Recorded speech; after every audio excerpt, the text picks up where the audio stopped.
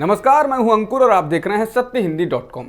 आइए एक नजर डालते हैं अब तक की सुर्खियों पर। भारत में पिछले एक दिन में 1,34,000 से अधिक कोरोना संक्रमण के नए मामले दर्ज किए गए हैं और 2,887 लोगों की मौत हुई है, जिसके साथ ही देश में कुल मृतकों का आंकड़ा 3,37,000 से अधिक हो गया है और सक्रिय मामले 17,13,000 से अधिक हैं। इसके अलावा देश में अभी तक 22 करोड़ से अधिक लोगों को वैक्सीन की कम से कम एक डोज लगाई जा चुकी है। देश में किसी भी राज्य से सबसे अधिक मामले अभी तमिलनाडु से मिल रहे हैं, जहां पिछले एक दिन में 25,317 मामले मिले हैं। इसके बाद केरल में 19,661 मामले दर्ज किए गए हैं। इसी क्रम में कर्नाटक में 16,387, महाराष्ट्र में 15,169 और आंध्र प्रदेश में 12,768 मामले दर्ज किए गए हैं।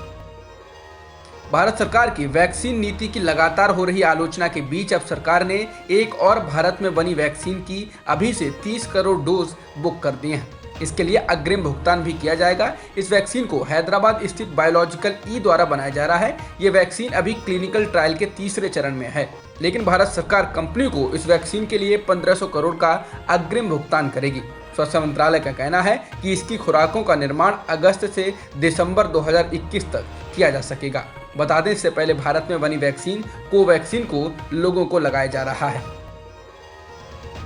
उत्तर प्रदेश में विधानसभा चुनाव से पहले बीजेपी और संघ में संगठन को लेकर हलचल तेज हो गई है। पिछले 2 दिनों तक यूपी में योगी सरकार के मंत्रियों विधायकों से अलग अलग बात करने के बाद बीजेपी के राष्ट्रीय महासचिव संगठन BL संतोष दिल्ली पहुंच चुके हैं। तो वहीं आज राष्ट्रीय स्वयंसेवक संघ यानी RSS के प्रमुख मोहन भागवत आज दिल्ली में रहेंगे। कहा जा रहा है कि इस दौरान वो संघ के शीर्ष पदाधिकारियों से यूपी को लेकर चर्चा कर सकते हैं। बैठकों में सह सरकार्यवाह और सरकार्यवाह दत्तात्रेय होसबोले मौजूद रहेंगे। अभी हाल ही में होसबोले ने लखनऊ में भी नेताओं से मुलाकात की थी।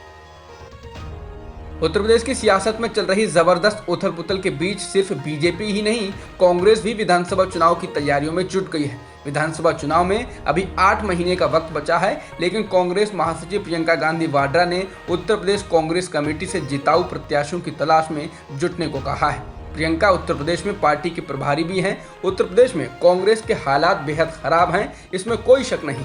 प्रियंका के अलावा कोई ऐसा बड़ा चेहरा नहीं दिखता है जो भीड़ जुटा सके और पार्टी के लिए कुछ वोट भी बटोर सके।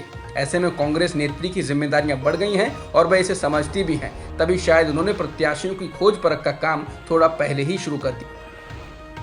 हाल ही में हुए केरल विधानसभा चुनाव में बीजेपी का तो सूफड़ा साफ हो गया था, लेकिन इस बीच बीजेपी पर आरोप लगाया गया है कि उसने चुनाव में पैसे की ताकत का इस्तेमाल किया। विधानसभा चुनाव में बीजेपी के साथ गठबंधन में शामिल रही और जनाधिपत्य राष्ट्रीय सभा यानी JRS पार्टी की कोषाध्यक्ष प्रसीथा अजीकोड़ ने आरोप लगाते हुए कहा है कि उनकी पार्टी की प्रमुख और लोकप्रिय आदिवासी चेहरा CK जानू को बीजेपी प्रदेशाध्यक्ष के सुरेंद्रन ने NDA में लौटने के लिए 10 लाख रुपए दिए थे।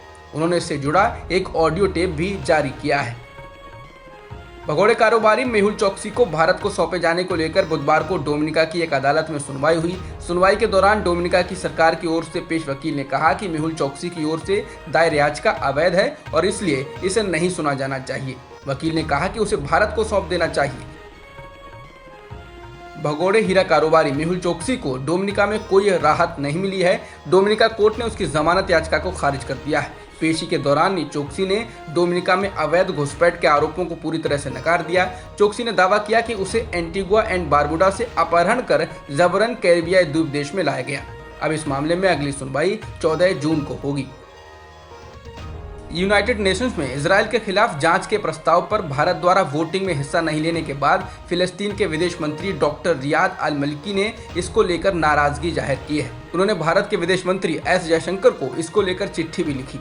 फिलिस्तीन के विदेश मंत्री ने कहा कि भारत ने संयुक्त राष्ट्र सुरक्षा परिषद में इजरायल के खिलाफ जांच को लेकर लाए गए निर्णायक और महत्वपूर्ण वोटिंग प्रस्ताव के दौरान गैर हाजिर रहकर एक महत्वपूर्ण मौका खो दिया है।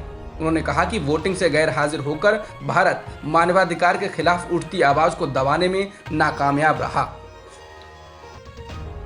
बीजेपी नेता और राज्यसभा से सांसद सुब्रमण्यम स्वामी ने अब भारत सरकार को इजरायल और फिलिस्तीन को लेकर घेरा है। उन्होंने कहा कि एक दिन पहले UN मानवाधिकार आयोग की बैठक हुई, तब भारत ने फिलिस्तीन में मानवाधिकार का उल्लंघन करने के आरोपों पर जांच आयोग गठित करने के मुद्दे पर वोट नहीं किया। जिसके बाद फिलिस्तीन के विदेश मंत्री ने अरब के साथ ना खड़े होने और इजराइल के खिलाफ वोट करने से बचने के लिए आलोचना की है। स्वामी ने कहा कि मोदी सरकार इस समय पंचतंत्र का चमगादड़ बन गई है। जम्मू कश्मीर में बीजेपी नेताओं पर एक के बाद एक लगातार हमले हो रहे हैं। जम्मू कश्मीर के पुलवामा में आतंकवादियों ने बुधवार को एक नगर पार्षद की गोली मारकर हत्या कर दी। जिस समय हमला किया गया उस वक्त सुरक्षाकर्मी साथ नहीं थे। घाटी के प्रमुख क्षेत्रीय दलों, नेशनल कॉन्फ्रेंस और पीडीपी द्वारा स्थानीय चुनाव का बहिष्कार किए जाने के बाद पंडिता को 2018 में त्राल में नगर परिषद के लिए निर्विरोध चुना गया था।